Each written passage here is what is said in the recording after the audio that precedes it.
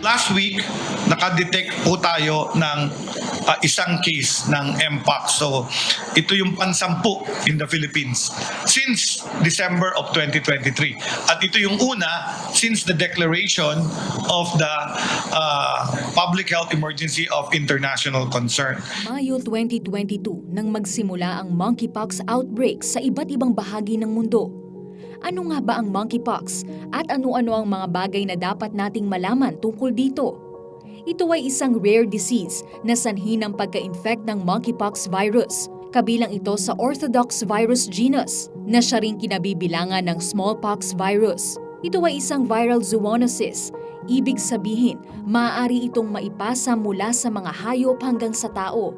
Nadetect na ang sakit na ito sa ilang mga hayop gaya ng unggoy, rope at tree squirrels, Gambian pouched rats, dormice at iba pang non-human primates. Ito ay hindi bagong sakit. Taong 1970 nang unang naitala ang human monkeypox sa Democratic Republic of Congo. Mula noon ay nai-record na ang sakit sa 11 mga bansa sa Africa kung saan ito ay endemic o mga bansa kung saan consistently present ang monkeypox. Nakapagtala na rin ng ilang monkeypox cases sa mga bansang nasa labas ng Africa sa mga nagdaang taon, gaya sa US, Israel, UK at Singapore. Ano-ano ang sintomas ng monkeypox?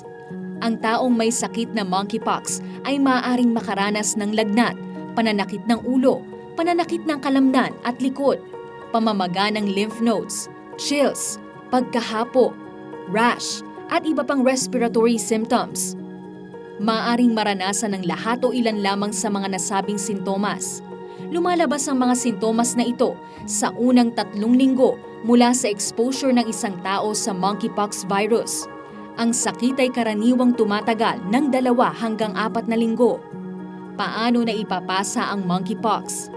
Maaaring kumalat ang sakit na ito sa pamamagitan ng close, personal, skin-to-skin o intimate contact, gaya ng direktang contact sa rash, body fluid o respiratory secretions ng may sakit, paghawak sa mga gamit, tela o surface na ginamit ng taong infected, mahabang face-to-face contact, pagyakap o paghalik o sexual interaction sa monkeypox-infected person.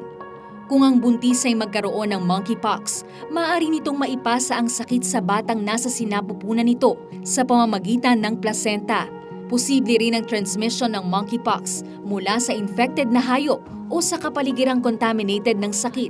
Pinapayuhan ang pagbawas ng risk ng exposure ng mga tao, lalo na sa mga kabilang sa vulnerable groups, gaya ng mga bata, buntis, at mahihina ang immune system.